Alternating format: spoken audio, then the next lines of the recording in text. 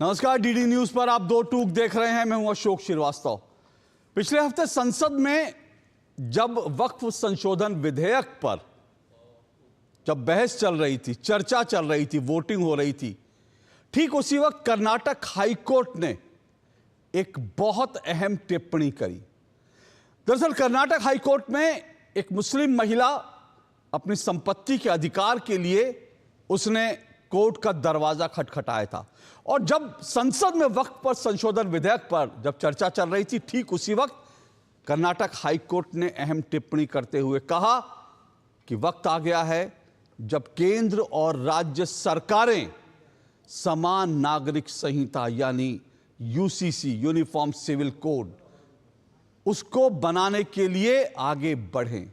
यह कर्नाटक हाईकोर्ट की टिप्पणी है, अपने आप में बहुत अहम है। हालांकि यह पहला मौका नहीं है, इससे पहले भी कई बार देश की शीर्ष अदालत तक यह कह चुकी है कि देश में समान नागरिक संहिता होनी चाहिए, समान नागरिक कानून होना चाहिए। एक देश एक कानून, देश के सभी नागरिकों पर एक ही कानून लागू हो। इसको संविधान सभा में भी इस पर डिबेट हुई थी। संविधान सभा में भी तमाम जो संविधान निर्माता थे उन्होंने इस बात की जरूरत जताई थी कि देश में एक कानून होना चाहिए, लेकिन कुछ वक्त के लिए यह कहा गया कि कुछ समय बाद इसको लागू किया जा सकता है, लेकिन वो समय बीते 75 साल में आज तक नहीं आया। अब जबकि देश में कर्नाटक हाईकोर्ट ने की ये बड़ी टिप्पणी आ गई है, क्या सवाल यह है कि वक्फ संशोधन के बाद अब यूसीसी यानी समान नागरिक कानून का वक्त आ गया है? क्या वक्त आ गया है कि देश में इस पर चर्चा हो, बहस हो, और देश में तमाम राज्य सरकारें और केंद्र सरकार समान नागरिक कानून बनाने पर काम करे? हालांकि देश के एक राज्य में, या यूं कहना चाहिए दरअसल दो राज्यों में यूसीसी समान नागरिक कानून है। तीसरा जो दो राज्य हैं, गोवा, और दूसरा राज्य जो है उत्तराखंड, इन दो राज्यों में समान नागरिक कानून है। और गुजरात में बीजेपी की सरकार है, वहां भी गुजरात की सरकार भी बाकायदा एक कमेटी का गठन कर चुकी है, और वो कमेटी इसको स्टडी कर रही है कि कैसे गुजरात में समान नागरिक संहिता को लागू किया जाए। जब उत्तराखंड में यह कानून लागू हुआ था, उस वक्त बाकायदा गृह मंत्री अमित शाह ने कहा था कि भाजपा देखेगी कि उसकी तमाम राज्य सरकारें कैसे इस कानून को लागू करें। लेकिन एक तरफ बीजेपी है, केंद्र सरकार है, और बीजेपी की कुछ राज्य सरकारें हैं जो यूसीसी पर काम कर रही हैं। दूसरी तरफ देश में एक अहम धड़ा है जो ये कहता है कि अगर यूसीसी लागू हुआ तो फिर ये मुसलमानों के साथ अन्याय होगा। और ये कौन लोग हैं? ये कट्टरपंथी मुस्लिम हैं। ऑल इंडिया मुस्लिम पर्सनल लॉ बोर्ड जैसी संस्थाएं हैं जो बिल्कुल कोर्ट से इतर बात करती हैं। तो सवाल यह है कि अदालतें सही कह रही हैं या फिर जो कट्टरपंथी मौलाना हैं उनकी बात से ये देश चलेगा? आज दो टूक में इसी पर चर्चा करेंगे, क्योंकि प्रधानमंत्री नरेंद्र मोदी ने भी लाल किले से कहा था कि यूसीसी यानी सेकुलर सिविल कोड पर देश में चर्चा होनी चाहिए। अब जबकि कोर्ट की ओर से कहा गया है, तो आज दो टूक में इसी पर चर्चा होगी। दो टूक होगी, खुली चर्चा होगी। इससे पहले आगे बढ़े, इसको लेकर जो थोड़ी बहुत प्रतिक्रियाएं आई हैं, इंपॉर्टेंट बात यह है कर्नाटक में यह प्रतिक्रिया आई है, लेकिन कर्नाटक या फिर कांग्रेस के किसी बड़े नेता ने इस पर रिएक्ट नहीं किया। लेकिन जो रिएक्शन है जरा उनको सुन लीजिए, उसके बाद आज की इस डिबेट, आज की इस चर्चा को आगे बढ़ाएंगे।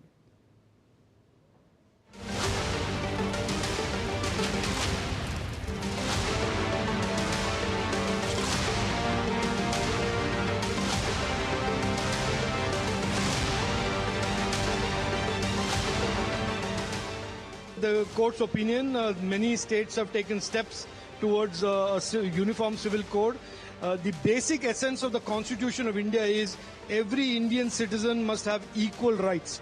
Every Indian citizen, regardless of religion, faith, community, geography, gender, has equal rights. No one faith, no one region, no one gender must have superior rights to the other. Guidance given by the Karnataka High Court, which is in line with the constitutional principles, that will be taken care of not only by BJP. The Karnataka High Court has not given this direction to the BJP governments or those legislatures where BJP has a majority. Congress should open its eyes, sit up and listen. जिन कारणों से उस समय uniform civil code लागू नहीं किया गया था वो अब वो कारण समाप्त हो चुके हैं। क्योंकि जब नेहरू लियाकत पैक्ट की वजह से मुसलमानों को यहाँ पर रोका गया और उसके बाद माइनॉरिटी के संरक्षण को लेकर पंत मिर्ज़ा समझौता हुआ, इन समझौतों के बाद एक 1950 में होता है, एक 1955 में होता है। इन समझौतों के बाद ये बात दिखाई दे रही थी। हालांकि इन समझौतों से पहले ही भारत के संविधान में uniform civil code directive principle of state policies में डाला जा चुका था। सरदार वल्लभ भाई पटेल की एक चिट्ठी 10 अक्टूबर सन 1949 को के मुंशी साहब ने पढ़ी। उन्होंने कहा कि भारत में 2 प्रकार की नागरिकताएं नहीं हो सकती, एक जो प्रिंसली स्टेट में रहता हो उसकी नागरिकता, और एक जो दूसरे स्टेट में रहता हो उसकी नागरिकता। इन दोनों नागरिकों के अधिकार और कर्तव्यों में फ़र्क नहीं हो सकता। इसलिए हम चाहते हैं कि भारत में जो फंडामेंटल राइट हैं वो एक संविधान में डाले जाएं। आप ये सोच लीजिए, अगर यूसीसी लागू नहीं करते हैं तो सरदार पटेल का ये शब्द कि इक्वल प्रोटेक्शन ऑफ लॉ हमको चाहिए प्रत्येक नागरिक के लिए, या इक्वलिटी बिफोर लॉ चाहिए हमें नागरिक के लिए, ये पूर्ण नहीं होगा।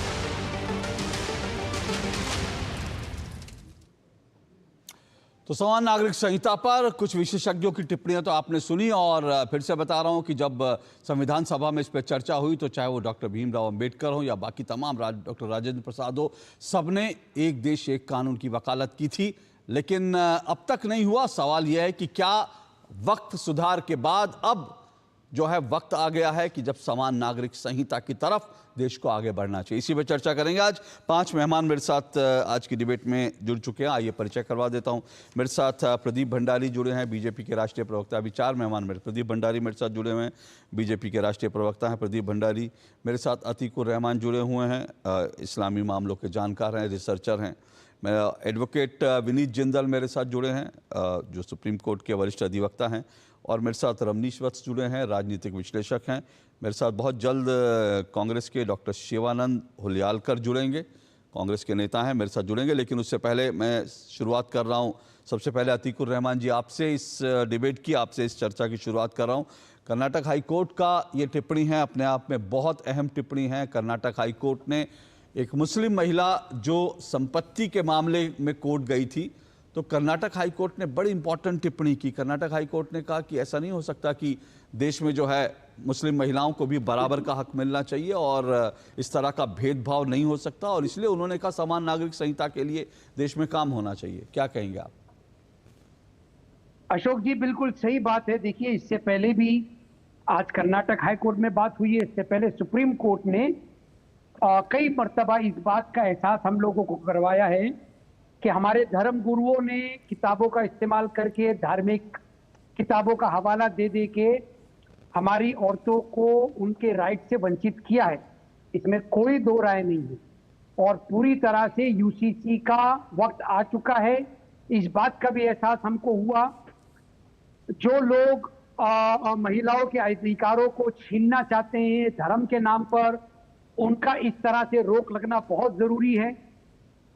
वो यूसीसी, अशोक जी, जो कि जेंडर जस्टिस और जेंडर इक्वालिटी के लिए सही साबित हो, ऐसा यूसीसी का ड्राफ्ट अभी तक के हमने बीजेपी के मैनिफेस्टो में 20, 25, 30 साल से ये बात मौजूद होने के बावजूद एक ड्राफ्ट बीजेपी अभी तक बता नहीं पाई है कि क्या होगा, कैसे जेंडर जस्टिस और जेंडर इक्वालिटी के नाम पर इन महिलाओं के अधिकारों को सुरक्षित करने के लिए ये वो ड्राफ्ट नहीं ला पाए। और अब तुर्रा ये हो गया अशोक जी कि ना वो पार्लियामेंट में आया, ना ऑल इंडिया लेवल पे आया। गोवा में पहले से था, उसका हवाला दिया जाता था, अब उत्तराखंड आ गया, और अब आप बता रहे हैं कि यूपी में आ जाएगा, महाराष्ट्र में भी आ जाएगा। तो यूनिफॉर्म कैसे हुआ?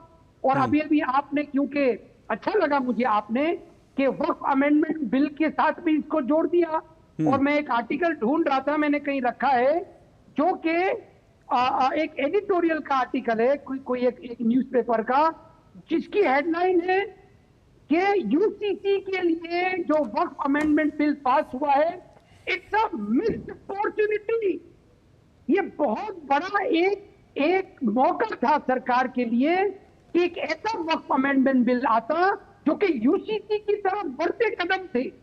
आपने यूसीसी का वक्फ बिल अमेंडमेंट लाकर पास करके दूर कर दिया, वो मिस अपॉर्चुनिटी हो गई। कहां से आएगा बताइए? कहां से अतीकुर रहमान जी, आएगा? एक मिनट, मैं आता हूं उस पर भी, जो आप बिंदु उठाना चाहते हैं उस पर भी आता हूं, लेकिन मैं ये पूछ रहा हूं, आप बीजेपी से क्यों उम्मीद करते हैं कि वो ड्राफ्ट लाएगी? तो बीजेपी का ड्राफ्ट, जब बीजेपी ड्राफ्ट लाएगी तो वो तो फिर सब लोग विरोधी करेंगे क्योंकि बीजेपी के विरोधी हैं।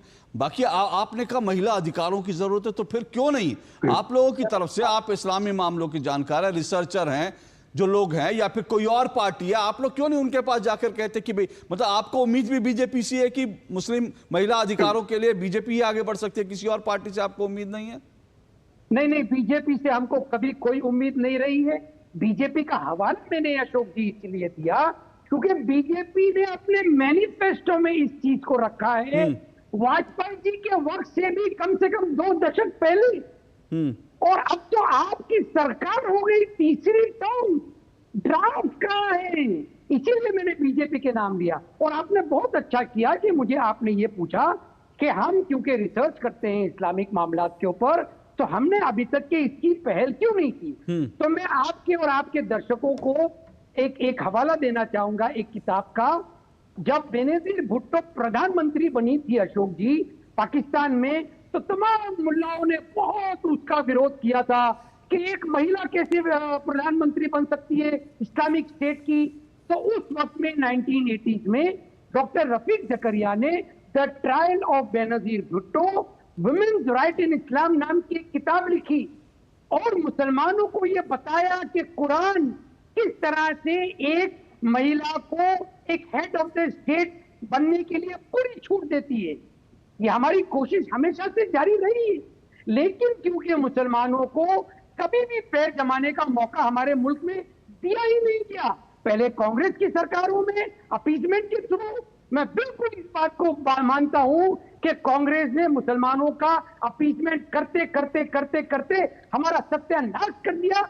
इस वजह से वो आज बर्बाद बैठी हुई है। और बीजेपी ने तो सोने पे सुहागा किया, समझे ना अशोक जी? किसी पॉलिटिकल पार्टी ने मुसलमानों को सिवाय वोट बैंक के इस्तेमाल करने के और कुछ नहीं किया।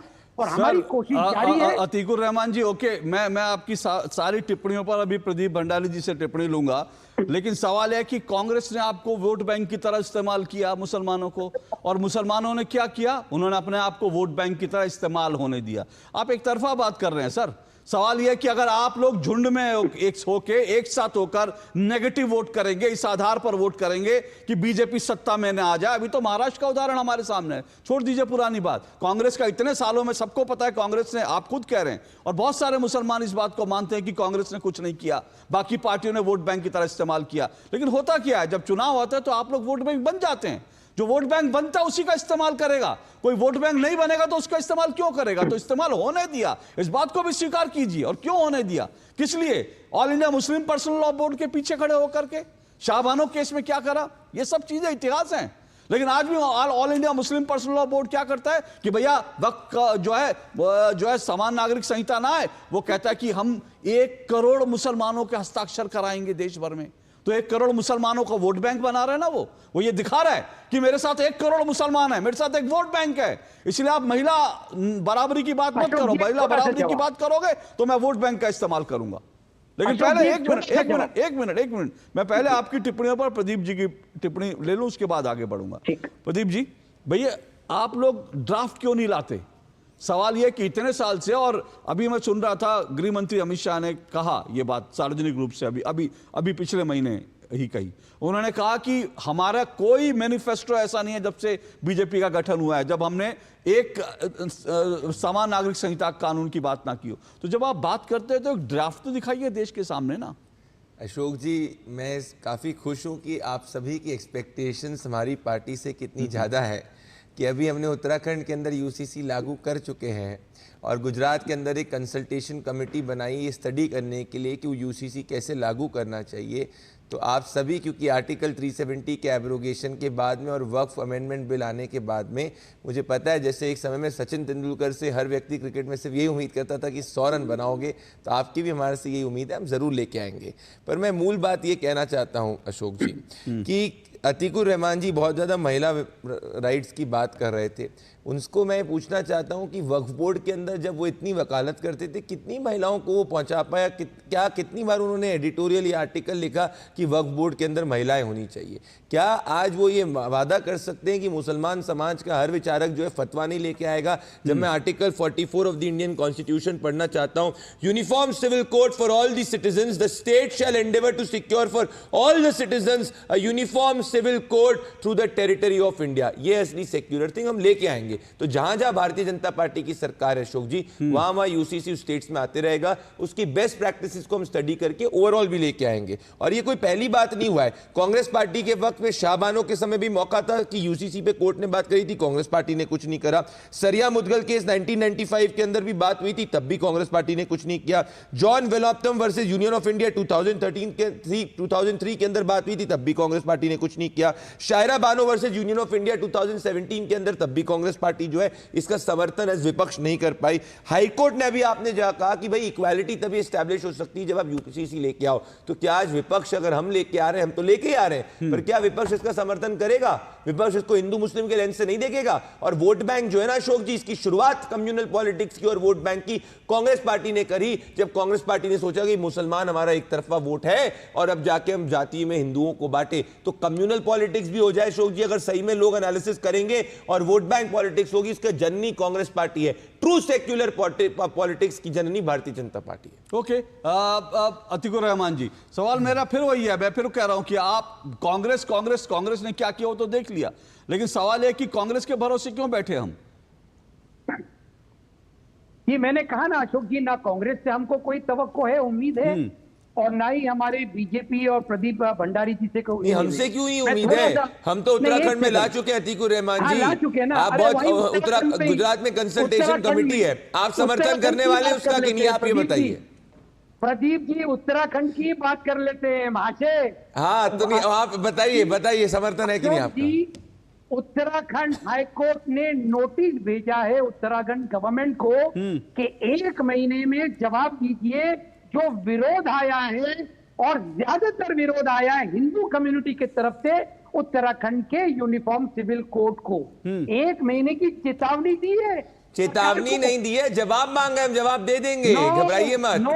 Law is always open to amendment, but in principle we are with UCC. अच्छा बिंदु क्या है अशोक जी, बिंदु क्या है? सर एक छोटी सी बात, एक छोटी सी टिप्पणी, फिर आप बात, एक छोटी सी टिप्पणी। देखिए कोर्ट में तो चीजें जाती हैं, अभी तो 7, मुझे पता चला 7 करीब जो है याचिकाएं वक्त के बाद जा चुकी हैं, ठीक है ना? तो कोर्ट में तो जाती हैं, कोर्ट जवाब मांगता है, कोर्ट उसके बाद संतुष्ट होता है, नहीं तो टिप्पणी करता है। और आप कितने बड़े झूठे। और 17 माफी चाह रहा हूं अशोक जी, 17 फरवरी 2025 को उत्तराखंड हाईकोर्ट कहता है, ये रहा मेरे पास बारन बेंच, ये का कि भाई यूसीसी जो है वो सबके राइट्स को प्रोटेक्ट करता है। उत्तराखंड हाईकोर्ट 27 फरवरी 2025, कहां है कॉन्ट्ररी ऑब्जर्वेशन? क्या बात कर रहे हैं अतीकुर जी? कोई भी चीज आउट ऑफ कॉन्टेक्स्ट कोट कर देंगे। आप बोलिए अतीकुर रहमान जी, एक टिप्पणी मेरी, उसके बाद आप बोलिए। मैं तो ये कह रहा हूं, आपने कहा किसी चीज को घुमाओगे, प्रदीप जी एक मिनट। अभी अतीकुर रहमान जी ने कहा कि हिंदू उसमें गए, अब वो मुझे चेक करना पड़ेगा, और आप अगर डिटेल दे देंगे तो हम चेक कर लेंगे। हो सकता है आप कुछ गलत नहीं कहते, मैं मानता हूं। आपने कहा हिंदू चले गए, उससे क्या फर्क पड़ता है सर? संसद के अंदर 200 से ज्यादा हिंदू थे जिन्होंने वक्फ संशोधन विधेयक के विरोध में वोट किया। हाँ, वो भी हिंदू थे, और वो किस लिए गए वो भी सबको पता है। समाजवादी पार्टी भी अपने आप को कहती है कि हम हिंदुओं की पार्टी है, कांग्रेस भी कहती है हम हिंदुओं की पार्टी है, लेकिन उनको मुस्लिम वोट बैंक चाहिए। तो किसी हिंदू के जाने से नहीं होता कि वो चीज सेकुलर हो गई, वो तो वही हिंदू वोट बैंक के लिए वो भी जाते हैं। बोलिए सर। अशोक जी मैं बिल्कुल साफ दिल से आपको बताना चाह रहा हूं कि यूनिफॉर्म सिविल कोड क्योंकि जेंडर जस्टिस और जेंडर इक्वालिटी को इंश्योर करेगा, कोई सरकार नहीं ला पाएगी। ये आपको कैसी बातें कर रहे हैं? हम उत्तराखंड के अंदर लागू कर चुके हैं, गुजरात के अंदर हमने कंसल्टेशन कमेटी बनाई। अतीकुर रहमान जी क्या हो गया है आपको? You are such a wise man. Pradeep ji पूरा करने दीजिए ना, थोड़ा सा एक्सपोज हो जाइए ना प्लीज। नहीं हम नहीं होंगे, आप ही एक्सपोज होंगे। चलिए आपको 10-20 सेकंड आप पहले बोलिए, फिर मैं देखते हैं आप कितना बोलिए। धन्यवाद प्रदीप जी। मैं आपको क्या बताना चाह रहा हूं कि आप जानबूझ के मुझे उकसा रहे हैं, क्योंकि कोई पॉलिटिकल पार्टी जो 20 साल में अशोक जी 33% रिजर्वेशन हमारी महिलाओं को नहीं दे पाई। वो क्या अरे हमने किया था आर्टिकल 370 एब्रोगेट प्रधानमंत्री नरेंद्र मोदी जी की लीडरशिप में। लेकिन 33% क्यों नहीं किया? सर एक मिनट अतिकुर रहमान जी सुनिए, एक मिनट अतिकुर रहमान जी सुनिए, मेरा प्लीज सुनिए। देखिए, आपने महिलाओं के बराबर अधिकारों की बात करी, आपने कहा आप चाहते हैं, ठीक है, महिलाओं के बराबर राजनीतिक अधिकार देना नहीं देना, और क्या पॉलिटिकल पार्टियों ने कहा, अब वो कह रहे हैं नारी हम वंदन अधिनियम कानून बना दिया, वो सब उस डिबेट में मत जाइए, वो तो वक्त बता देगा ना कि कौन कितनी सीटें दे रहा है, क्या कानून तय हो गया।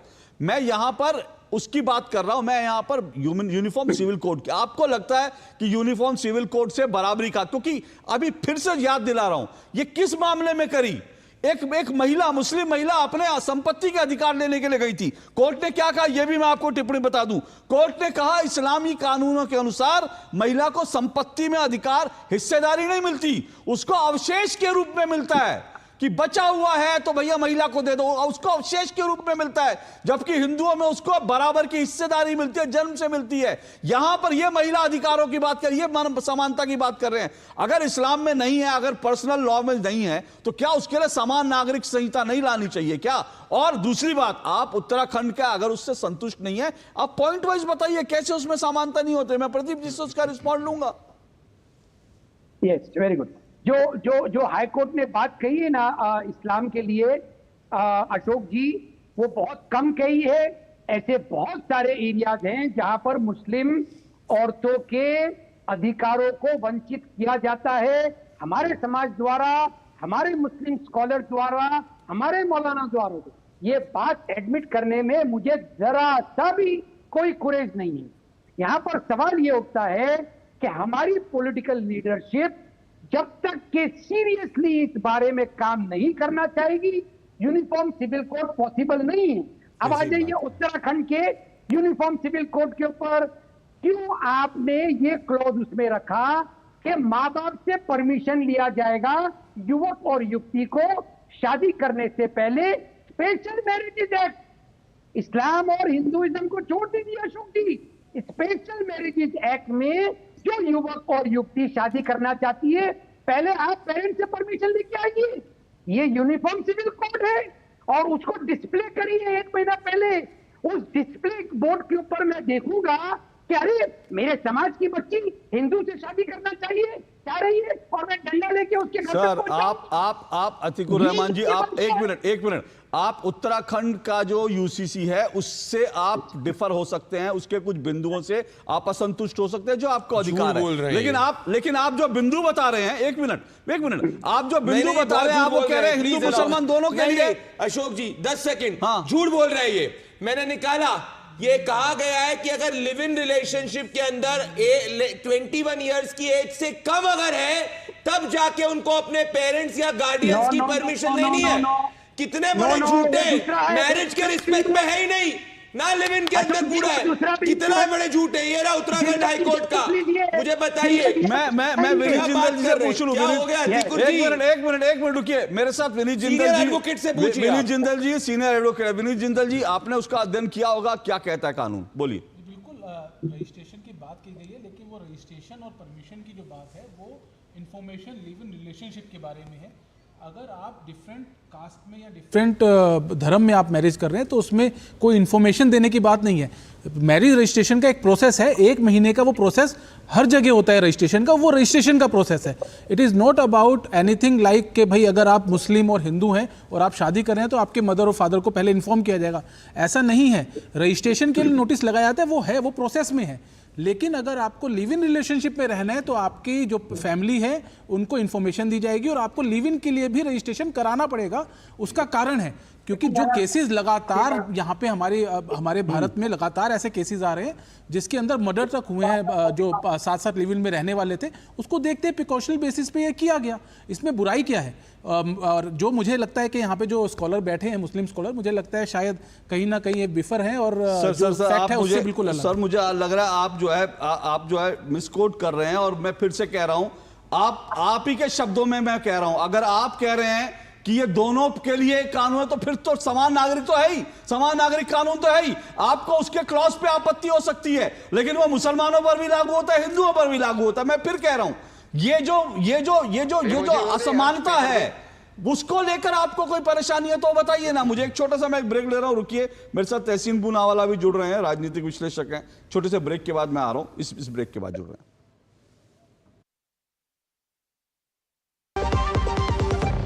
सस्ते वाले दाल मसाले स्वाद हुआ बेकार, MDH की हल्दी मिर्ची धनिया करे कमाल, ये रंग दे ये खुशबू दे ये तीखा ये कम पड़े, क्या निराला MDH मसाला।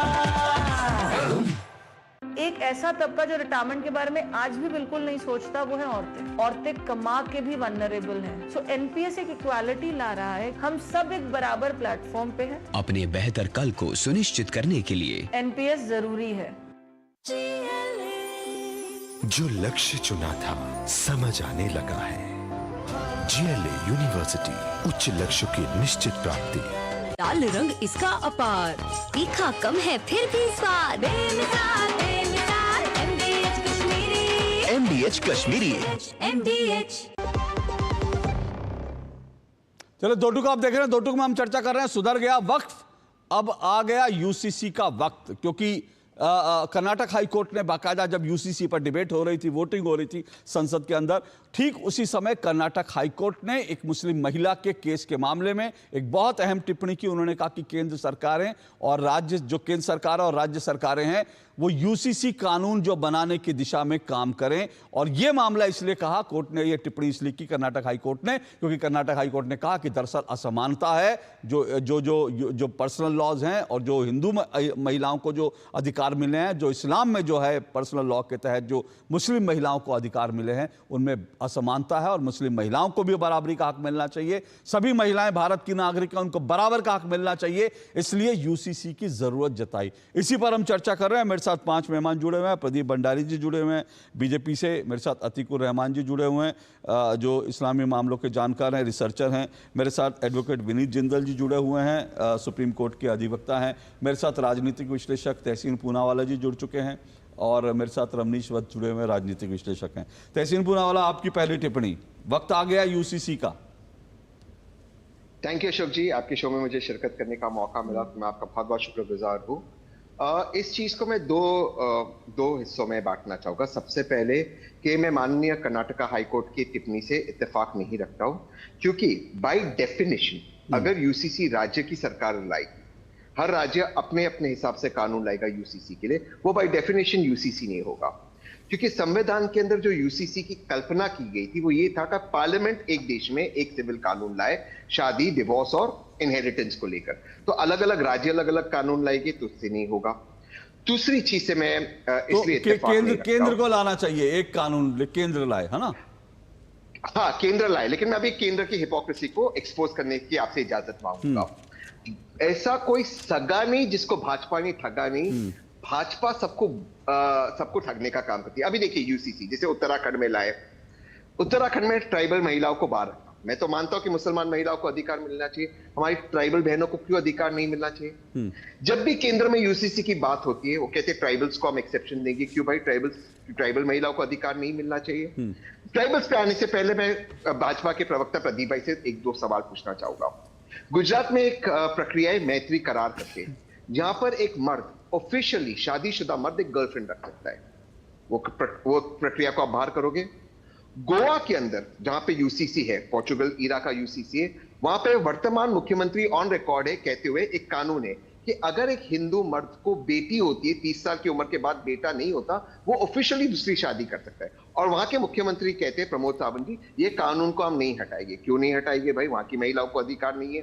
गोवा के अंदर जहां यूसीसी है वहां पर प्रीस्ट को, पादरियों को यह अधिकार है वो शादी भी कराए और डिवोर्स भी कराए। क्यों? बाकी हिंदू भाइयों को, मुसलमानों को क्यों ये अधिकार नहीं? वो आप हटाओगे। गोवा के अंदर कहेंगे नहीं नहीं हम ये नहीं हटाएंगे। देखिए आर्ग्यूमेंट क्या हो रहा है, एक देश में एक कानून, शादी, डिवोर्स और इनहेरिटेंस के लिए। वो कानून के तहत तो मैंने शादी किया, स्पेशल मैरिज है। जम्मू एंड कश्मीर से लेकर कन्याकुमारी, मणिपुर से लेकर मुंबई तक एक कानून है, हिंदू मुस्लिम, 2 मुस्लिम, 2 सिख, 2 हिंदू, क्रिश्चियन, कोई भी उसमें शादी करे। बाकी जो शादी के बाकी जो अपने अपने पर्सनल लॉज है वो तो वैसे ही है। लेकिन मैं अब सवाल पूछना चाहता हूं, सबसे ज्यादा पॉलीगमी, ये सरकार की रिपोर्ट है, वो हमारी हिंदू ट्राइबल्स के अंदर है। तो क्या अगर पॉलीगमी वहां पर ज्यादा है तो वहां पर क्यों, वहां की महिलाओं को अधिकार क्यों नहीं मिलना चाहिए? सरकार की रिपोर्ट है कि अधिकतर हिंदू और मुसलमान बहनें सेम उम्र में शादी करती है, 18 साल कुछ महीनों का फर्क है, हिंदू महिला कुछ लेट करती है बट कुछ महीनों का फर्क है, ये सरकार के एफिडेविट वहां पर। लेकिन सबसे ज्यादा चाइल्ड मैरिज 10 साल से कम उम्र की बच्चियों 80%, ये प्योर रिसर्च कहता है, हिंदू बच्चियां हैं। वहां पे आप यूसीसी क्यों नहीं ला रहे? तो ये जो बीजेपी का हिपोक्रेसी है, और मैं मुसलमानों से सर एक मिनट मैं एक मिनट आपको रोक रहा हूं, क्योंकि मेरी जो बाल विवाह पर रोकने वाली संस्था है, मेरी उनसे अभी कुछ समय पहले बात हो रही थी। ये जो आप डेटा दे रहे हैं ना बाल विवाह का, ये सब पुराने हो चुके हैं सर। नहीं, ये सब पुराने हो चुके हैं। ये इस वक्त जो है राजस्थान को लेकर बार बार कहा जाता था, राजस्थान के अंदर लगभग बाल विवाह को बिल्कुल कम कर दिया गया है। मेरे पास डेटा नहीं है, लेकिन मैं आपको बता रहा हूं, ये जो बाल विवाह का डेटा दे रहे हैं, पहली बात वो पुराने हैं, वो सही नहीं है, ठीक है ना। दूसरी बात मैं ये कह रहा हूं, और कैलाश सत्यार्थी जी की संगठन की मैं बात कर रहा हूं, नोबेल लॉरिएट हैं, उनकी संस्था से मेरी बात हुई थी, उन्होंने कहा बाल विवाह को लगभग इरेडिकेट कर दिया गया, कुछ पॉकेट्स में है, तो वो डेटा पुराना है। एक बात। दूसरी बात, आप लोग आदिवासी महिलाओं में इसमें उसमें उसकी आड़ में क्यों छुप रहे हैं? बिल्कुल नहीं। मैं क्यों कह रहा हूं, क्योंकि आप कह रहे हैं कि उनमें है। अरे उनमें हो तो फिर इसका मतलब आप में भी हो। सवाल है कि आप अगर करने के आप पहले इस बात पे मैं एक तरीका बता रहा हूं, क्यों नहीं ऐसा होता कि ठीक है बीजेपी मान लीजिए कोई भी क्या केंद्र सरकार लाती है, आप उसको कहिए ठीक है हम सपोर्ट करते हैं, आप मुस्लिम महिलाओं को लाना चाहते हैं लाइए, लेकिन इसमें आदिवासी महिलाओं को भी लाए। आप क्या कहेंगे? मुस्लिम महिलाओं को इन्होंने लाई, क्योंकि मैं इसलिए कह रहा हूं कांग्रेस का, सुनिए ना एक मिनट तहसीन जी, ये कांग्रेस का घोषणा पत्र है साल 2024 का, पुराना नहीं है, जिसमें कांग्रेस ने कहा अल्पसंख्यकों को पहनावे, भोजन, भाषा और पर्सनल लॉ को लेकर स्वतंत्रता हो। पर्सनल लॉ, ये कांग्रेस का घोषणा पत्र कहता है। तो मैं इसीलिए कह रहा हूं आदिवासियों के आड़ में क्यों छुप रहे हैं? कहिए कि हम मुसलमानों के पर्सनल लॉ के पक्ष में, हम ऑल इंडिया मुस्लिम पर्सनल लॉ बोर्ड के साथ खड़े हैं। बोलिए। मैं उसका जवाब आपको देता हूं। इनफैक्ट मेरा लास्ट सेंटेंस यही था, आपके माध्यम से मैं मुसलमान भाइयों बहनों को, और ये जो संगठन है जो मुसलमानों को तथाकथित रिप्रेजेंट करती है, जैसे ऑल इंडिया मुस्लिम पर्सनल लॉ बोर्ड, उनसे ये गुजारिश करना चाहूंगा, प्लीज यूसीसी आने दीजिए, इससे मुसलमानों को कोई फर्क नहीं पड़ता। पॉलीगमी मुसलमानों में कम है, सेम उम्र विवाह की सेम है। आपने कहा बाल विवाह ऑलमोस्ट खत्म हो गया, क्या एक ही मुसलमानों को एक ही दिक्कत होगी, एक ही उसमें चेंज है कि 1/3 लड़कियों को जाता है और 2/3 लड़कों को जाता है। अपनी बेटी है ना, दे दो आधा, इससे ज्यादा कोई चेंज है नहीं। क्या इस पे लड़ रहे हो? बीजेपी को फंसाओ इसके अंदर, पॉलिटिक्स उनको करने दो, बोलो आप करो, इसमें गुजरात में करो, गोवा में करो, हमारी ट्राइबल महिलाओं के लिए सर ये मुस्लिम पर्सनल लॉ बोर्ड का हाल का बयान बता रहा हूं। उन्होंने कहा जब उत्तराखंड में आया, उन्होंने कहा कि महिलाओं, पुरुष और महिला को समान उत्तराधिकार मिलना हमें किसी भी हालत में स्वीकार नहीं। यह मुस्लिम पर्सनल लॉ बोर्ड कहता है। सुनिए ना एक मिनट तहसीन जी, एक मिनट। आपने कहा मुसलमानों को खड़ा हो जाना चाहिए, मुसलमान तो बेचारे शायद आ भी जाएं, पर कांग्रेस क्यों भड़काना छोड़ेगी? को समाजवादी पार्टी कब छोड़ेगी भड़काना कि आ रहे हैं अत्याचार हो गया? कांग्रेस अपने घोषणा पत्र से निकाल दे कि भैया पर्सनल लॉ नहीं होगा, तो फिर बेचारे आप मुसलमानों को मनाएंगे ना। वोट बैंक की, अभी आपके आने से पहले वोट बैंक की बात हो रही थी कि कांग्रेस वोट बैंक बना के रखती है। मैंने कहा मुस्लिम पर्सनल लॉ बोर्ड वाले मुसलमानों को वोट बैंक बनाते हैं, कांग्रेस उसका इस्तेमाल करती है, दोनों की मिलीजुली चल रही है।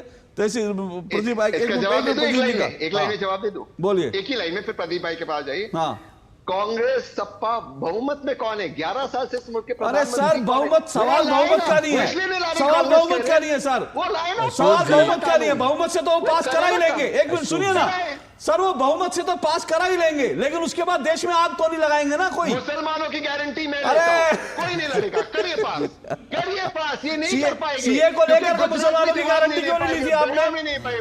आपने सीए को लेकर मुसलमानों की गारंटी क्यों नहीं ली थी? कौन सी स्कीम को लेकर? नागरिकता संशोधन कानून, सीए को लेकर मुसलमानों की गारंटी क्यों नहीं ली थी? सीए आ गया, वक्त को लेकर ले रहे हैं, कोई दंगा किया, वक्त को लेकर ले रहे हैं मुसलमानों की गारंटी। मुसलमान ने उसको एक्सेप्ट किया, वक्त को लेकर ले रहे हैं, एक्सेप्ट किया, वक्त को लेकर ले रहे हैं मुसलमानों की गारंटी। कौन मुसलमान सड़क पे वक्फ के खिलाफ बताइए मुझे। अरे, आ गए कानून, अरे कौन अरे इसके खिलाफ है? अरे एक बेचारे उत्तर प्रदेश में एक बेचारे मुस्लिम जो है नमाज पढ़ने गए थे और उन्होंने वहां पे सपोर्ट कर दिया था कि ये सही हुआ, उनको पीट कर रख दिया। आप जाइए वहां पर जाकर पदयात्रा निकालिए कि भैया ये क्यों कर रहे हो आप।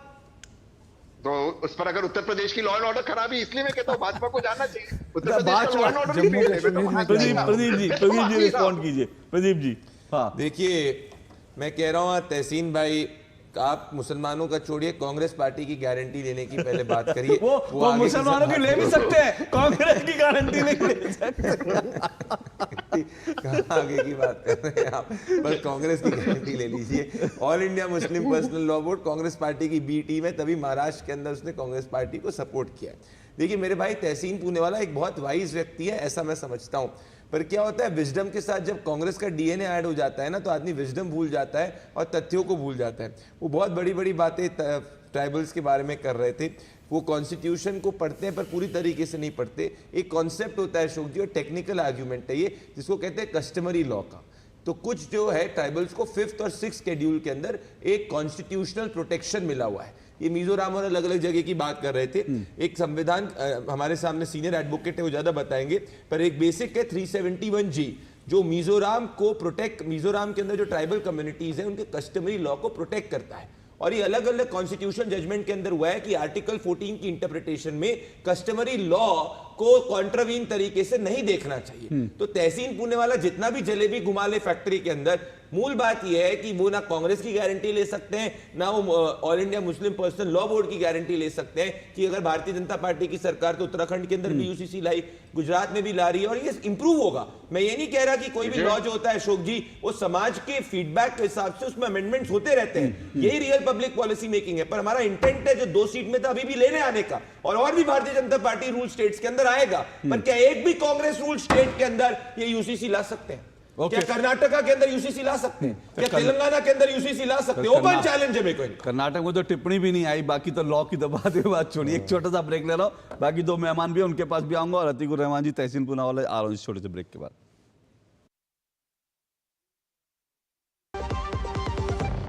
आज दही बड़ा खाने का मन है। वाह क्या स्वाद! असली स्वाद तो MDH दही बड़ा रायता मसाले से ही आता है। MDH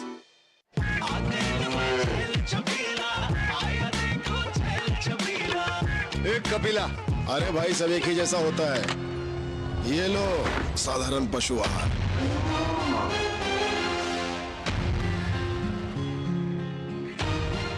इस देश की हर माँ, बच्चे, बूढ़े, जवान, खिलाड़ी, डॉक्टर, इंजीनियर, सबको गाय भैंस की दूध की शक्ति पर भरोसा है। पर जब इन पशुओं को कपिला पशु आहार मिलेगा, तभी तो दूध सिर्फ ज्यादा ही नहीं, शक्ति से भरपूर भी होगा।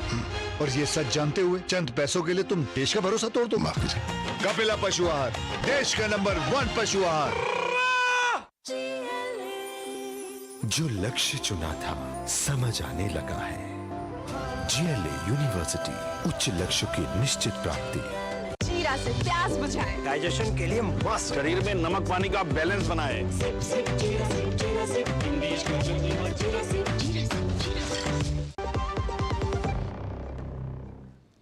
चले, सुधर गया वक्फ, अब यूसीसी का वक्त, इसी पर चर्चा कर रहे हैं। 5 मेहमान मेरे साथ जुड़े हुए हैं। एडवोकेट विनीत जिंदल, क्या आपको लगता है कि बड़े सारे इश्यूज उठाए जा रहे हैं इसके विरोध को लेकर, कभी आदिवासियों की बात की जा रही है, बाकी उसकी बात की जा रही है, क्या लगता है क्या देश अभी इसके लिए तैयार नहीं है? अशोक जी, मुझे ऐसा नहीं लगता। आप देखिए कि जब से पूरा हमारा देश आज़ाद हुआ बेसिकली और कॉन्स्टिट्यूशन को बनाया गया, तो उसमें यूसीसी को डालने का इंटेंट ही ये दिखाता है कि जब कॉन्स्टिट्यूशन बना तो ये सभी लोगों के दिमाग में था। और कौन लोग साथ देने वाले थे? बाबा भीमराव अंबेडकर, जिन्होंने कहा कि हमारे कॉन्स्टिट्यूशन में यूसीसी होना चाहिए। तो जब यूसीसी की बात कर दी गई और उसके बाद लगातार इसको अपोज किया गया, अलग अलग पॉलिटिकल रीज़न लोगों के हो सकते हैं। अब हमारे देश के सबसे बड़े और सबसे, मैं कहूँ कि हम जिनको बहुत मानते हैं, अब्दुल कलाम, डॉक्टर अब्दुल कलाम आज़ाद, डॉक्टर अब्दुल कलाम, उन्होंने 2003 में ये कहा कि हमारे देश में यूसीसी लागू होना चाहिए। जब ऐसे लोग, जिन लोगों को चाहे पक्ष हो चाहे विपक्ष हो, वो दोनों लोग पूछते हैं, मानते हैं और उसके बावजूद जब अपोज करते हैं इन चीज़ों को, तो मुझे लगता है कि लोगों की भलाई से ज़्यादा पॉलिटिकल मोटिव जो है वो कहीं ना कहीं दिखता है। अच्छा, एक मिनट लोगों को छोड़ देते हैं। अभी प्रदीप जी ने जो है उनके हाथ में जो है लाल रंग की वो संविधान की प्रति थी जो राहुल जी लेकर घूमते हैं। नहीं, फर्क है, वो एम्प्टी है मेरी भरी हुई। अच्छा चलिए, तो संविधान की प्रति लेकर जो पढ़ रहे थे, संविधान की मूल भावना क्या कहती है, क्या, और क्योंकि अदालतों का वर्डिक्ट तो हमारे सामने है, देश की अदालतें, सुप्रीम कोर्ट कहती है, संविधान की मूल भावना क्या कहती है? बिल्कुल, आर्टिकल 14 आप देखें कॉन्स्टिट्यूशन का क्या कहता है, इक्वलिटी बिफोर लॉ। अगर आप देश के हर नागरिक को कानून के सामने एक समान रूप से नहीं खड़ा कर पाए तो मुझे लगता है कि कॉन्स्टिट्यूशन, सरकार, सब कुछ बेकार है। और अगर हमारी आज की सरकार उस मामले को और आगे बढ़ाना चाहती है और आर्टिकल 14 की जो मूल भावना है, जो हमारे कॉन्स्टिट्यूशन की मूल भावना है कि हर व्यक्ति का अधिकार उसको मिलना चाहिए, चाहे वो महिला हो, चाहे वो पुरुष हो, चाहे वो कोई और हो, तो जब वो इस चीज़ को मानता है और कहता है तो हमारे देश की सरकार अगर इसको करना चाहती है तो मुझे लगता है कि चाहे किसी भी पार्टी का कोई व्यक्ति हो उसको सपोर्ट करना चाहिए, अपोज करने की जगह। और आर्टिकल 14 बहुत क्लियर है इस मामले में कि सभी लोगों को समान रूप से अधिकार मिलने चाहिए। और जिस तरह के हम लगातार देख रहे हैं, आप देखिए 8 जजमेंट जो है वो सर्वोच्च न्यायालय ने हमारे देश के दी हैं अलग अलग समय पे, और सभी में ये कहा कि यूसीसी देश की जरूरत है, उसको लागू किया जाना चाहिए। और सभी 8 के 8 मामलों में जो इश्यूज थे बिल्कुल डिफरेंट थे। ऐसा नहीं था कि एक प्रॉपर्टी का ही सारे मामले थे, ऐसा नहीं था कि वो वुमेन रिलेटेड ही मामले थे, अलग अलग विभिन्न प्रकार की जजमेंट्स पे कहा गया। और हाई कोर्ट की आप बात करें तो बेशुमार जजमेंट्स हैं, मतलब आप गिन नहीं सकते, यूसीसी को लागू करने की इतनी जजमेंट दी गई हैं। तो अगर हमारे देश के संविधान को प्रोटेक्ट करने वाली सबसे बड़ी संस्था देश की सर्वोच्च न्यायालय अगर इस बात को कह रही है तो फिर उसके ऊपर सवाल क्यों? और ये समझ से बाहर है। और अतीकुर रहमान जी, देश की सर्वोच्च अदालत, आ रहा है जी, अतीकुर रहमान जी, देश की सर्वोच्च अदालत बार बार कह चुकी है, 8 फैसले हमारे सामने हैं, संविधान की मूल भावना ये कहती है, पर दूसरी तरफ एक तरफ संविधान है, दूसरी तरफ शरिया है, क्योंकि कुछ लोग कहते हैं कि शरिया जो है उसमें तो हम उसमें दखल अंदाजी बर्दाश्त नहीं करेंगे। तो फिर कैसे इस दिशा में आगे बढ़ा जा सकता है? अशोक जी, जिस किताब का मैंने हवाला दिया थोड़ी देर पहले, डॉक्टर रफीक जकरिया की लिखी हुई the trial of Benazir Bhutto, women's rights in Islam, और डॉक्टर रफीक जकरिया इसके अंदर दावा कर रहे हैं कि जब कभी यूनिफॉर्म सिविल कोड आएगा, तमाम जितनी भी कुरान की इक्वालिटी वाली बातें हैं, महिलाओं से रिलेटेड, ये सारी चीजें इसमें इंक्लूड होंगी। बहुत ज्यादा भ्रम फैलाया गया है कुरान में, मुसलमान औरतों को ये नहीं मिलता है, वो नहीं मिलता है। उस किताब को अगर थोड़ा सा आप और आपके दर्शक पढ़ लें, अगर वो अवेलेबल नहीं है, आउट ऑफ प्रिंट हो गई है अभी, तो मुझसे हासिल कर सकते हैं। दूसरा इंपॉर्टेंट फैक्टर यहाँ पर यह है कि देखिए, मुसलमानों से रिलेटेड जब यूसीसी की बात होती है अशोक जी, तो सरकार का ये कर्तव्य बनता है कि कम्युनिटी को कॉन्फिडेंस में लिया जाए। कैसे? और मैं इसीलिए कह रहा हूँ कि कैसे मैं इसीलिए कह रहा हूँ कि डॉक्टर अंबेडकर को रिजाइन करना पड़ा था, इतना उनको बदनाम किया गया था जब वो हिंदू कोड बिल लाए थे, यही बीजेपी के संघ द्वारा इतना बदनाम किया गया था कि उनको हिंदू विरोधी बताया गया था और उनको रिजाइन करना पड़ा था।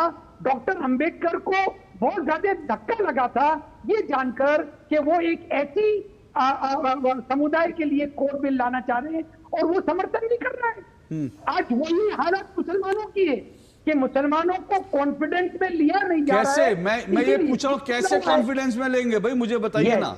Very good. किस तरह से तहसीन भाई ने अभी कहा, सरकार का ये कर्तव्य बनता है कि क्या ड्राफ्ट रेजोल्यूशन ला रहे हैं आप, कौन सी मैथिली उसके आपको खत्म करना है और किस तरह से मुसलमानों को अधिकार, ड्राफ्ट तो लाइए भाई, उसके बाद में all India Muslim person. Okay Vineet ji बोलिए। एक छोटा सा अशोक जी 5 सेकंड लूंगा सिर्फ, कि यहाँ पे जो मुस्लिम स्कॉलर बैठे हैं, बड़ी अजीब बात है कि एक किताब का रेफरेंस दे रहे हैं लेकिन हमारे देश की सर्वोच्च न्यायालय 8 जजमेंट में जो बात कह रही है उसको मानने से इतर कर रहे हैं, उसको मानने से मना कर रहे हैं। किताब का हवाला देके यही कह रहे हैं कि हम तो पक्ष में उसके है, वो किताब पक्ष में वो ये कह रहे हैं कि उसमें लिखा है कि हम इस्लाम के अंदर तो महिलाओं से कोई भेदभाव होता ही नहीं।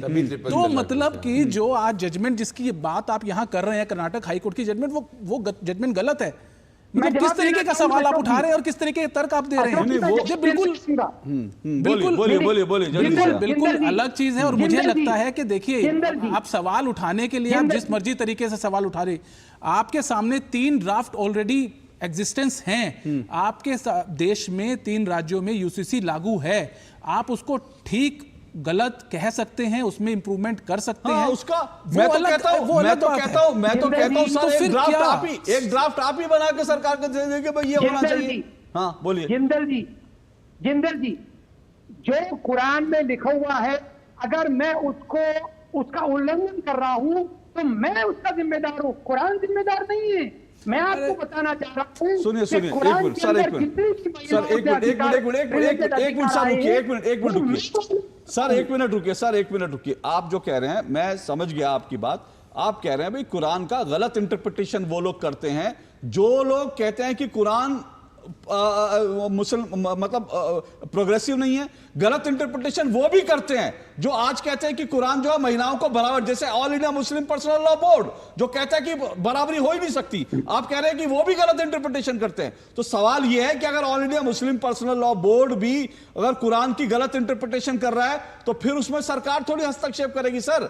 वो तो आप जैसे रिसर्चर जाएंगे ऑल इंडिया मुस्लिम पर्सनल लॉ बोर्ड के साथ बैठेंगे, डिबेट करेंगे कि तुम भाई कुरान की गलत व्याख्या कर रहे हो। इसीलिए तो अशोक जी मैंने वो किताब का हवाला दिया, ऑल इंडिया मुस्लिम पर्सनल लॉ बोर्ड से हम लोग भी लड़ेंगे। तो सर लड़िए तो सही, मैं यही तो कह रहा हूं। कब लड़ेंगे? वो लड़ाई कब शुरू करेंगे आप लोग सर? इतिहास के बाद वो लोग कब, जब बीजेपी, सुनिए, जब बीजेपी एक ड्राफ्ट लेकर आएगी और उस ड्राफ्ट के खिलाफ देश भर में आंदोलन शुरू होंगे, तब थोड़ी उसके पहले जाइए। एक प्रोग्रेसिव स्टेप ये होगा कि आप लोग जाइए ऑल इंडिया मुस्लिम पर्सनल लॉ बोर्ड से बात कीजिए और आप लोग अपना एक ड्राफ्ट बना के बीजेपी को दे दीजिए। ओके रमनीश बोलिए डिबेट कैसे खत्म हो सकती है भाई? कोई तरीका तो होना चाहिए ना, कोई एक पहल तो होनी चाहिए ना। अशोक जी, बहुत ही महत्वपूर्ण मुद्दा है। चूंकि बात हो रही है कि समानता की बात, यूसीसी की बात करें तो यूसीसी कोई राजनीतिक एजेंडा तो है नहीं, बल्कि सुप्रीम कोर्ट लगातार आवाज़ के रूप में काम किया है, चाहे साहबानों से लेकर के सायराबानों तक। और बात है कि जस्टिस वीएन खरे ने 2003 में इसके बारे में जो कहा था कि अगर समान नागरिकता अधिनियम जो है की बात नहीं करेंगे तो हम अपनी असली जो धर्म निरपेक्षता है कि और नहीं बढ़ सकते। तो ये समय समय पे इतने सारे वर्डिक्ट आए हैं सुप्रीम कोर्ट की तरफ से, जैसा कि जिंदल साहब ने भी कहा। लेकिन आज जो बात हो रही है, आज आखिर वक्फ एक्ट की बात करें, वक्फ एक्ट की बिल की बात करें, का विरोध की बात करें, तो वक्फ एक्ट की बात करें, यूसीसी की बात करें, धारा 370 की बात करें, ट्रिपल तलाक की बात करें, आर्टिकल 35A की बात करें, लगातार ये कोई मुसलमान, सिर्फ भारत का मुसलमान विरोध के लिए के स्वर में खड़ा नहीं है। जो पॉलिटिकल मुसलमान जो बन जाते हैं, समय समय पर जो बन जाते हैं, वो सारे विरोध के लिए आज, जैसा कि हमने वक्फ एक्ट में देखा कि 200 लोग जो थे वो मुसलमान नहीं थे, हिंदू थे। वो चूंकि उनको कहीं ना कहीं राजनीतिक एजेंडा चलाना है, तुष्टीकरण की राजनीति करनी है। जैसा कि 1950 में जब टिबोर मेंडले जो पत्रकार, उनसे जब नेहरू जी से सवाल किया था कि आप हिंदू कोड बिल तो ला रहे हैं लेकिन यूसीसी क्यों नहीं, उनके पास जवाब नहीं था। जबकि नेहरू जी को इस बात को जानकारी थी कि यूसीसी जो है जरूरी है, लेकिन राजनीतिक तुष्टीकरण के वजह से, वोट बैंक के वजह से वो आगे नहीं बढ़ पाए, उसके बारे में वो बोल नहीं पाए। जबकि सुभाष बाबू उस समय, पटेल साहब उसके पक्ष में थे कि हिंदू कोड बिल के यदि आप लाने की बात करें, यूसीसी भी लेकर के आइए। फिर बात करते हैं हिंदुओं को, भाई बहन 2005 में संशोधन हुआ, उसके बाद भाई बहन में क्या कहते हैं जो समान बंटवारा जो है संपत्ति का, उसके ऊपर हक देने की बात हुई, संशोधन के बाद इसमें सुधार भी हुआ।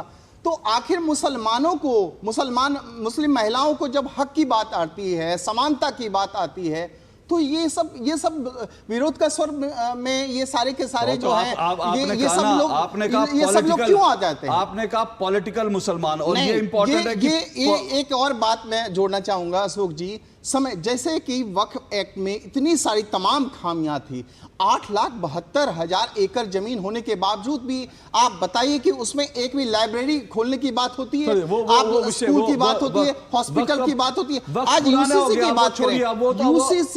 यूसीसी मुझे लगता है बहुत ही जरूरी है देश में, खास करके उन महिलाओं को, जो यतीम महिलाएं जो हैं, आज उनको हक दिलाने की बात यदि केंद्र सरकार की तरफ से होती है, हाईकोर्ट की तरफ से होती है, उसका स्वागत करना चाहिए। और ये राजनीतिक पंडित के रूप में ये सारे तमाम जो मुसलमान आ जाते हैं उनको कम से कम ये सब खत्म करना चाहिए। मुसलमानों को आपको जो है वो करना पड़ेगा कि भाई आप, अतीकुर रहमान जी कह रहे हैं कि आप लोग क्यों नहीं उनको साथ लाते, आप लोग उनसे बात करिए। अशोक जी, ये बात हिंदू मुसलमान की नहीं है, ये बात जेंडर जस्टिस की है। और जवाहरलाल नेहरू जी और हमारी सरकार में यही फर्क है कि जवाहरलाल नेहरू जी ने आर्टिकल 370 के नाम में इस देश को अभिशाप छोड़ा, हमने आर्टिकल 370 एब्रोगेट किया। कांग्रेस पार्टी की सरकारों ने वक्फ के नाम वक्फ बोर्ड को एक लैंड माफिया के रूप में किया, हमने गरीबों की मदद करने के लिए वक्फ अमेंडमेंट बिल लेके आए। सीए के साथ में हमने जो धार्मिक रूप से प्रताड़ित है उनके प्रति शरण दिखाए और एक दया का भाव दिखाया और उनको भारत की ह्यूमैनिटेरियन लॉ के हिसाब से भारत की नागरिकता देने की बात करी। और अब अगर मैं बात करूं यूसीसी की, तो इसका फर्स्ट स्टेप ले लिया गया है उत्तराखंड और गुजरात के अंदर, क्योंकि ये कॉम्प्लेक्स है, तो ये देखा जा रहा है कि क्या उसी को लेकर तो कुछ आपत्तियां हो रही है ना बार बार कि उसमें वो भी मामला कोर्ट में, कोई भी फॉर एग्जांपल मैं आपको देता हूं, जीएसटी दूसरा इकोनॉमिक इशू है। जब हम पहले उसमें लेके आए, धीरे धीरे उसमें अमेंडमेंट करते हैं। कोई भी कानून जो होता है वो स्टैटिक नहीं होता है, समाज के फीडबैक के हिसाब से विनीत जी बताएंगे कि उसमें अमेंडमेंट्स होते रहते हैं। इंडियन कॉन्स्टिट्यूशन की ब्यूटी यही है कि वो अमेंडिंग पावर देता है। उसका ये मतलब नहीं कि आप कांग्रेस पार्टी तो लेके ही नहीं आई। और मैं वापस से कहूंगा, पंडित नेहरू से 1954 में पूछा गया था, पंडित नेहरू क्या कहते हैं? I do not think that at present moment the time is ripe in India for me to try to push through it. 80% Hindu के लिए हिंदू कोड बिल लेके आए, परंतु यूसीसी की बात पे बोला मुसलमान रेडी नहीं है। ये तुष्टीकरण है। हम तो कह रहे हैं यूसीसी आएगा, हर भारतीय जनता पार्टी शासित राज्य में आएगा। आज 20 में एनडीए की सरकार है, पर क्या तहसीन पुणे वाला पर केंद्र में क्यों नहीं आएगा? सब केंद्र में तहसीन प्रदीप जी केंद्र में क्यों नहीं आएगा? केंद्र राज्य में एक चीज समझिए, मैं केंद्र में भी आएगा, पर जब हम लोग अलग अलग स्टेट्स में इंप्लीमेंट करके जो एक बेस्ट प्रैक्टिसेस रेडी होगी उसके हिसाब से स्टेट केंद्र में आना ही है। आर्टिकल एक तरीका है, पर क्या तहसीन पुणे वाला जो राहुल गांधी और प्रियंका वाड्रा के राइट हैंड है, जो कांग्रेस पार्टी के थिंक टैंक के जननी है, क्या वो आज ये दावा कर सकते हैं डीडी न्यूज के अशोक श्रीवास्तव जी के शो के ऊपर कि क्या कर्नाटका और तेलंगाना 2025 के अंदर यूसीसी का ड्राफ्ट लेके आएगा? ओके, एक छोटा सा ब्रेक ले रहा हूं। तहसीन जी यही पूछूंगा, सवाल है कि उनका ड्राफ्ट नहीं तो आप ही लोग ड्राफ्ट ले आइए दो अपने स्टेट में। एक छोटे से ब्रेक के बाद आ रहा हूं।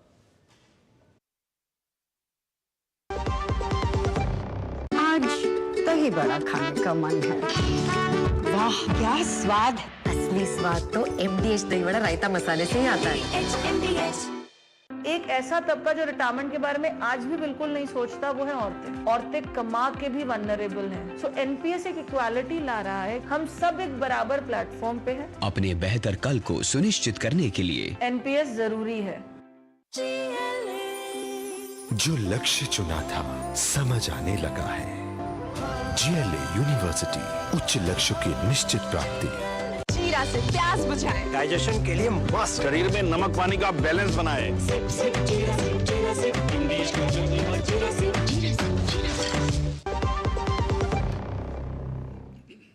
चलिए, दो टूक आप देख रहे हैं, सुधर गया वक्त, अब यूसीसी का वक्त, इसी पे चर्चा करें। तहसीन जी, मैं आपके पास आ रहा हूं, लेकिन मेरा सवाल जो है बड़ा एक स्टेट में जवाब चाहता हूं। भाई ठीक है, बीजेपी कुछ लाती है, उससे आप लोग सहमत नहीं होते, उससे मगर मौलाना सहमत नहीं होते। भाई कर्नाटक में और जो है तेलंगाना में आपकी सरकार है, हिमाचल में आपकी सरकार है, आप वहां एक ड्राफ्ट ले आइए, आप एक बढ़िया कानून ले आइए। बीजेपी मजबूर होकर आप लोगों के पीछे चलेगी, कांग्रेस के पीछे चलेगी। अशोक जी, मैं कुछ और कहना चाहता था, लेकिन पहले मैं इसका सवाल का जवाब देता, फिर मैं आप इजाजत दें, मुझे कुछ और बात की। यूसीसी का मतलब ये होता है कि एक देश में एक कानून। अगर अलग अलग सूबे, अलग अलग राज्य अपने कानून लाएंगे, यूनिफॉर्म कैसे होंगे? जैसे उत्तराखंड और गुजरात के कानून में अंतर होगा, उत्तराखंड और गोवा के कानून में अंतर है, वहां पे गोवा में भी तथाकथित यूसीसी है। अब जो लोग जेंडर जस्टिस की बात करें, मेरे प्यारे भाई प्रदीप भंडारी जी, कि जस्टिस मिलना चाहिए। हिंदू महिलाओं को ये हिंदू आदमी को अधिकार है अपनी पत्नी को छोड़ देने का, अगर वो लड़का नहीं देती गोवा के अंदर। इनके मुख्यमंत्री आप उसी बात को रिपीट कर रहे हैं। मैं तो आपसे पूछ रहा हूँ, सुनिए ना, मेरा बड़ा स्ट्रेट फॉरवर्ड सवाल है। आप एक बढ़िया, भाई बीजेपी वाले नहीं दे पा रहे एक अच्छा कानून, आप लोग दे दीजिए ना। अब कांग्रेस एक दे दे कि भैया ये देखो ये जेंडर जस्टिस के लिए सर्वश्रेष्ठ कानून है, फिर हम लोग भी उसके साथ खड़े होकर बीजेपी पे दबाव डालेंगे कि भाई तेलंगाना वाला लेकर आओ। हम वापस उसी सवाल पे आए, इसका मैंने जवाब दिया। भारत में कांग्रेस ऑलरेडी वो कानून दे दिया, स्पेशल मैरिज एक्ट और इनहेरिटेंस एक्ट। एक देश में एक ही कानून है, उसके नीचे सब शादी करते, जिसको करना है सर सिर्फ शादी का सवाल थोड़ी है, उसमें डिवोर्स इनहेरिटेंस भी आता है। नहीं, उसमें संपत्ति का अधिकार है महिलाओं को। आता है इनहेरिटेंस एक्ट। क्या बात कर रहे हो तहसीन जी? अब आप एक मिनट मैं आपको बता रहा हूँ। स्पेशल मैरिज एक्ट के साथ आप इनहेरिटेंस एक्ट में आ जाते हैं, यानी कि अगर डिवोर्स हो गया जिनका स्पेशल मैरिज एक्ट में है, तो इनहेरिटेंस एक्ट के तहत 50-50 होती संपत्ति। और स्पेशल मैरिज एक्ट में करते कहाँ है सब? अरे कितने लोग करते हैं? कितने लोग नहीं करते, उसकी गिनती कर लीजिए ना। रजिस्ट्रेशन कराने के लिए कितना? आपका सवाल क्या है? आपका सवाल क्या है? ना मेरा सवाल ये कि आप एक ऐसा कानून क्यों नहीं लाते? अशोक भाई मुझे जवाब देने दीजिए। बोलिए ना, आप जवाब नहीं दे रहे सर। मैं दे रहा हूं, आपका सवाल है कांग्रेस ने कानून क्यों नहीं लाया। मैंने बोला कांग्रेस ने कानून लाया। अब वो उसमें लोग शादी नहीं करते, वो अलग वजह, कानून है। इनहेरिटेंस के लिए भी एक ही कानून है। अब मैं आपको एक कोट बताना चाहता हूं, क्योंकि 1950 के कोट्स पढ़े जा रहे हैं नेहरू जी के। ये कोट बताइए किसका है? The so called progressive mind, progress की बात हो रही थी।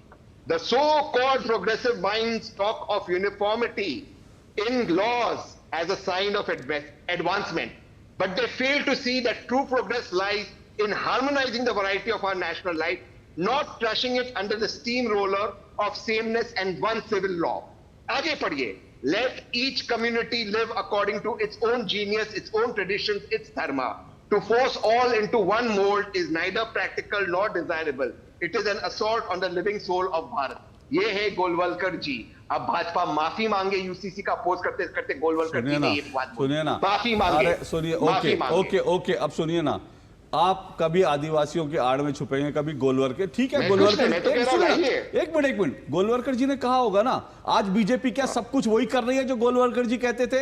बीजेपी एक टाइम में जब देश को आजादी मिली तो उस वक्त जो है सो कॉल्ड बीजेपी के जो पुरखे थे उन्होंने आजादी को सेलिब्रेट नहीं किया था। लेकिन क्यों नहीं किया था? इसलिए नहीं किया था कि आजादी मिली है, उन्होंने इसलिए सेलिब्रेट नहीं किया, उन्होंने कहा 40 लाख लोगों का नरसंहार हुआ है, हम सेलिब्रेट। आज सेलिब्रेट करती है ना बीजेपी, आज बीजेपी के मुख्यालय में झंडा फहराया जाता है। तो बार बार उसमें इतिहास में, मैं आज की बात कर रहा हूं, कांग्रेस क्यों नहीं एक प्रोग्रेसिव यूसीसी दे देती भाई, जो सबको मान्य हो, फिर उसके बाद नहीं